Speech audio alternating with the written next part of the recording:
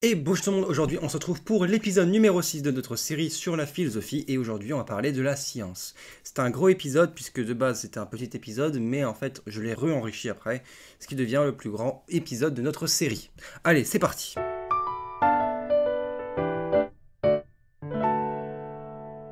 Donc tout d'abord, les repères philosophiques. Quand on parle de science, on parle d'abord de tout ce qui est abstrait et ce qui est concret. Ce qui est abstrait est de l'ordre de la pensée pure, d'une certaine opération de l'esprit. On doit en fait en quelque sorte retenir que certaines caractéristiques essentielles aux choses, alors que ce qui est concret, c'est une réalité matérielle avec une perception sensible. On a également le repère philosophique explication-compréhension. Donc là, c'est plus une différence de mode de connaissance. D'un côté, c'est un mode de connaissance qui s'appuie sur la recherche des causes, et de l'autre côté, c'est plus une recherche des fins. Donc les fins, c'est l'objectif, alors que les causes, c'est la racine, en fait. Donc première définition, et peut-être la plus importante de ce chapitre, logique, la science. Donc la science est un ensemble de connaissances logiques et vérifiables acquises à travers l'observation, l'expérimentation, la démonstration. Elle peut être basée sur des hypothèses qui sont préalables à l'expérience. On parle alors de hypothèses hypothético-déductives. On va voir ça juste après, il y a plein de définitions à connaître. La science peut aussi privilégier l'expérimentation avant de tirer des enseignements, on parle alors de démarche inductive. On a notamment le terme démonstration, donc qu'est-ce que c'est qu'une démonstration? C'est du coup un système hypothético-déductif. On part d'une hypothèse pour arriver à une vérité, par le biais d'outils logiques qui reposent sur les principes d'identité, parfois de non-contradiction ou de tiers exclu. Donc ça, c'est les principes que j'ai exposés ces vacances dans ma méthodologie de philosophie. Donc c'est-à-dire une chose est une chose, elle ne peut pas être autre chose, par exemple. Donc ça, c'est le principe d'identité. Il y en a d'autres, mais je vous laisse aller voir ma vidéo sur cela. On parle alors d'une vérité systémique, c'est-à-dire qui provient de la cohérence du propos. La démonstration est utilisée par des sciences dures et expérimentales, donc les sciences dures comme des mathématiques et de la logique, mais aussi des sciences expérimentales comme tout ce qui est physique, chimie, biologie. Ensuite, on a l'induction. Donc en fait, c'est le deuxième des trois, parce qu'il y en a trois à connaître. Donc l'induction, c'est on part de cas particuliers pour en former un cas général. Donc c'est pas trop ce qu'on cherche en science, en fait, c'est un peu la méthode de secours, parce que nous, on veut des cas généraux pour expliquer des cas particuliers. Et en fait, cependant, l'induction est nécessaire pour l'hypothèse et la vérification. On ne peut pas s'en passer dans certaines sciences, comme les sciences expérimentales. Il y a également les sciences humaines, donc tout ce qui est sociologie, etc., qui, elles, sont considérées comme des sciences, mais qui n'utilisent que de l'induction. Donc c'est pour ça qu'on parle de sciences un peu molles. Voilà. Et enfin, on a la déduction. Donc la déduction, c'est le contraire de l'induction, c'est-à-dire qu'on part des cas généraux pour arriver au cas particulier. Et en fait, on part d'un endroit sans preuve empirique pour en montrer des preuves, finalement. Et ça, c'est utilisé dans les sciences dures, donc tout ce qui est mathématiques, logique, et dans les sciences expérimentales. Ensuite, quand on fait des recherches, on passe par une expérimentation. Donc l'expérimentation, c'est la mise en place protocolaire d'une vérification empirique d'une hypothèse donnée. Attention, l'expérimentation n'a pas la même nuance que l'expérience. Donc quand vous dites une expérience et quand vous dites une expérimentation, c'est pas pareil. Une expérience, c'est plus une chose qu'on fait, qu'on essaye.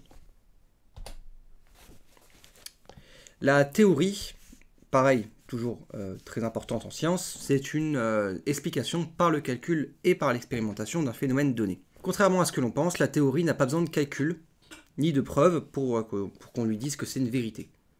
On peut trouver suffisamment de cas particuliers convaincants, suffisamment pour couvrir toute la ligne, pour dire que c'est une théorie.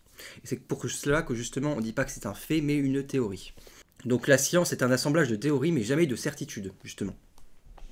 On utilise beaucoup le terme de l'épistémologie. Donc l'épistémologie, c'est la science de la connaissance. Notamment, on aura Karl Poppers, qui est un épistémologue, donc un scientifique de la connaissance. Les catalyseurs, bon ça c'est un peu plus hors de sujet, mais c'est un accélérateur de réaction, alors qu'un inhibiteur, c'est un ralentisseur de réaction. Maintenant, on peut également parler d'idéal ascétique. Donc c'est un idéal qui est privé de surplus, en fait. C'est quand on prive de surplus quelque chose. On a également tout ce qui est tangible. Donc là, c'est ce qui peut être vu et touché. On appelle un axiome quelque chose d'indémontrable. Par exemple, on va dire, on va fonder nos mathématiques en disant, oui, axiome numéro 1 plus 1 égale 2. Voilà. Donc là, en fait, on va pas pouvoir le démontrer, même si en soi, on peut le démontrer en quelque sorte. Mais qu'est-ce qui dit que 2, c'est égal à 2, finalement? Donc on va poser un axiome 1 plus 1 égale 2. C'est ce qu'on pose par convention. Et maintenant, il y a également ce que j'ai dit juste avant, les sciences dures, humaines et expérimentales. Donc les sciences dures, c'est tout ce qui est fondé. Donc les sciences dures, c'est celles qui sont fondées sur des systèmes logiques sans recours à l'expérimentation, comme les maths ou la logique. Après, on a également les sciences expérimentales qui sont fondées sur l'hypothèse, l'expérimentation et la vérification. La physique, la SVT, la chimie, tous ces trucs-là.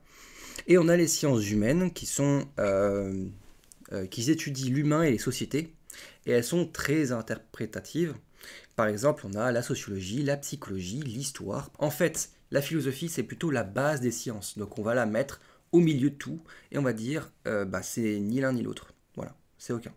On va quand même, aujourd'hui, avoir tendance à classer la philosophie dans les sciences humaines, même si c'est vraiment pas le cas. Et là, on a également les neurosciences. Donc là, c'est des sciences qui sont concentrées seulement sur tout ce qui est hormones et instincts, à ne pas confondre avec l'inconscient. Et on a les pseudosciences. Donc là, les pseudosciences, c'est des sciences, en fait, par définition, tout ce qu'on dit par pseudo, ça veut dire faux. Par exemple, un pseudonyme, c'est un faux nom. Voilà. Donc pseudoscience, c'est une fausse science. C'est une science qui se fait croire, qui se fait passer pour une science, mais ça n'est pas vraiment une. Genre tout ce qui est astrologie. Donc maintenant, quelques citations pour ce chapitre. Tout d'abord, la volonté aboutit à un ajournement, l'utopie. La science aboutit à un doute, l'hypothèse.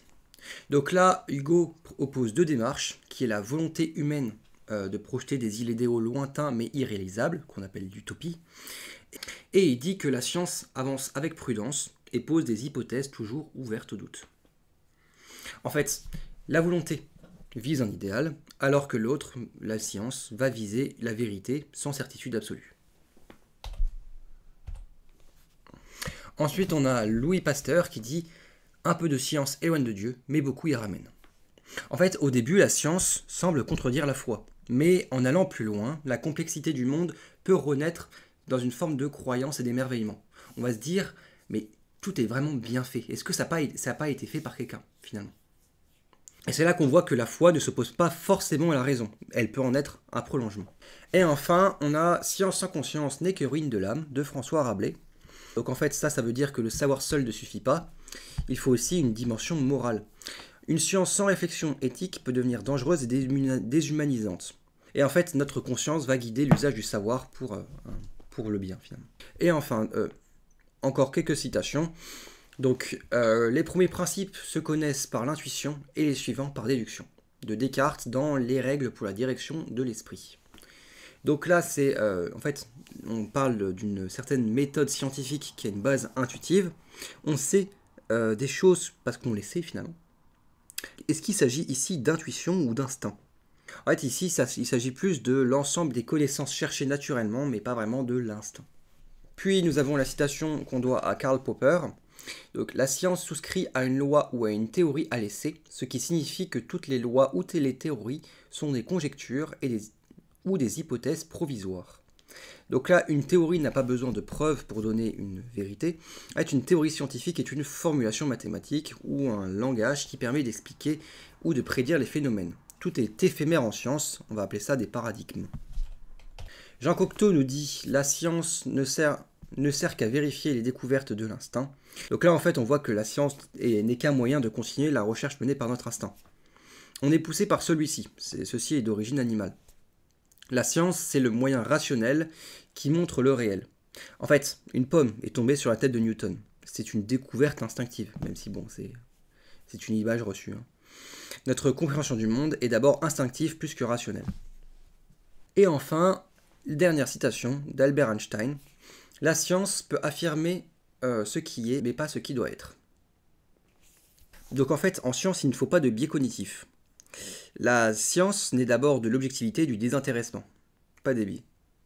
Mais bon, en fait, quand on y pense, même Einstein n'a pas respecté cela, puisque, par exemple, le projet Manhattan était tout sauf désintéressé. En fait, c'était pour faire une bombe nucléaire et donc forcément, il y avait un intéressement derrière. Et Einstein en a participé. Donc en fait, est-ce que c'est vraiment possible d'être totalement désintéressé dans la science? C'est une question. Donc maintenant, quelques références philosophiques. Donc d'abord un petit peu d'histoire. Au IIe siècle avant Jésus-Christ, Ératosthène prouve que la Terre est ronde, avec un bâton et un puits. Et on voit que en fait, la Terre fait un diamètre de 250 000 stads, qui était plus ou moins 1000 km de différence par rapport à la taille réelle de la Terre. Ensuite, on a également Galilée. En fait, Galilée était un physicien et astronome du XVIe et du XVIIe siècle. Il a défendu la théorie que la Terre était ronde, c'était l'un des premiers, et il va prouver également que la Terre tourne autour du Soleil dans un système héliocentrique. Galilée est un personnage destructeur du monde connu, et les chrétiens ont voulu forcer Galilée à réfuter ses travaux. Maintenant, il faut parler également d'Einstein, parce que Einstein est très important dans tout ce qui est chapitre de la science. Voyons cela. Donc Einstein, dans les conceptions scientifiques et dans l'idée de l'évolution en physique, bon là je n'ai mis que les conceptions scientifiques à l'écran, pense que en fait le temps est une quatrième dimension et qu'en fait ça se mesure pas vraiment. Cette dimension, donc en fait on va parler du coup d'espace-temps. L'espace-temps serait, selon Einstein, une sorte de tissu qui compose l'univers. On a notamment l'expérience des jumeaux, où en fait vous mettez un jumeau dans l'espace et un jumeau sur Terre, et vous verrez qu'en fait le jumeau sur Terre va vieillir de très peu, mais il va vieillir un petit peu plus que son frère dans l'espace. En fait, le temps est relatif à la masse dans l'espace. Notamment, en fait, on peut parler des trous noirs qui sont très massifs, et donc on n'a pas la même perception du temps. En fait, d'un point de vue psychologique du temps, les masses seraient nos expériences. Bon, ça, on parle un peu plus du bonheur là-dedans, en fait. Mais imaginez qu'en fait, nos expériences, c'est les masses. On passe un bon moment, la masse sera lourde. C'est-à-dire qu'en fait, le temps va s'avancer. Et donc, quand on passe un bon moment, le temps va vite. On passe un bon moment et on ne se rend même pas compte qu'en fait, on a passé 2 heures au lieu de 2 minutes. Mais par contre, quand on passe un moment de souffrance, là, ça va ralentir vraiment beaucoup et on va avoir l'impression que 2 minutes, ça dure 2 heures. Plus on se sent léger, plus le temps passe rapidement, en gros. Ensuite, Einstein dit que la science se fonde essentiellement sur la même motivation que la religion pour expliquer le monde. Toutes les sciences sont nées de la foi et elles ont besoin de foi pour exister. La foi est ici une sorte de confiance aveugle. En fait, on peut parler des axiomes, ça serait peut-être notre foi. Mais bon, c'est pas vraiment les axiomes, ça serait plus une intuition. Donc en fait, pour expliquer le monde, on a besoin de causalité, c'est-à-dire un lien de cause à effet, et d'immuabilité, puisque les lois de la nature ne changent pas. Ensuite, on a également le livre de Thomas Kuhn, donc la structure des révolutions scientifiques. Selon Thomas Kuhn, la science cherche à expliquer des causes et des phénomènes pour prédire. Plus on progresse en science, plus on explique les phénomènes. On accumule les connaissances du réel.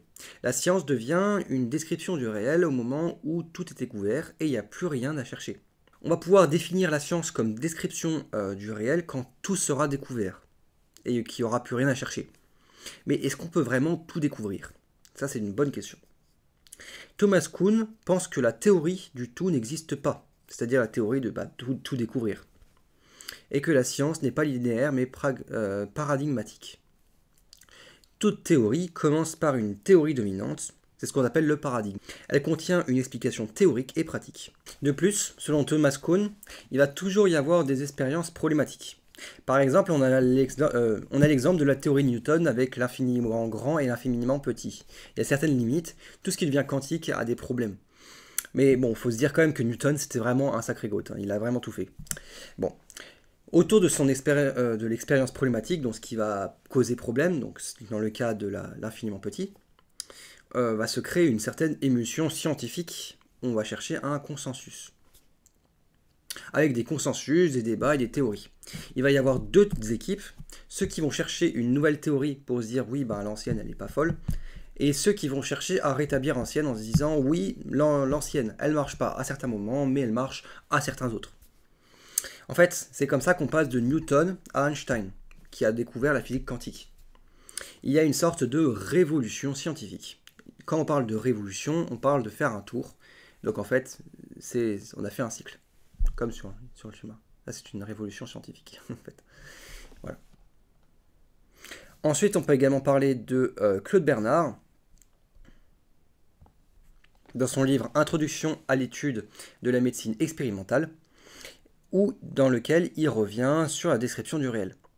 En fait, ce qu'on appelle décrire le réel est l'ensemble des questions posées à la nature. Pour M. Bernard, l'expérience scientifique se réalise en deux rôles. On a l'expérimentateur et l'observateur. Alors l'expérimentateur, lui, va avoir un rôle actif. Il va établir des questions, le protocole, et il va soumettre la nature, il va faire l'expérience. L'expérience est en fait, en quelque sorte, une violence faite au phénomène. Il y a une forme de subjectivité humaine, puisque c'est l'expérimentateur qui va décider de sa question et qui va tester sa question. L'observateur, lui, doit un rôle très important, même s'il ne fait pas grand-chose. Il est passif et il va faire en fait le boulot de photographe. Il va juste regarder les réponses de la nature.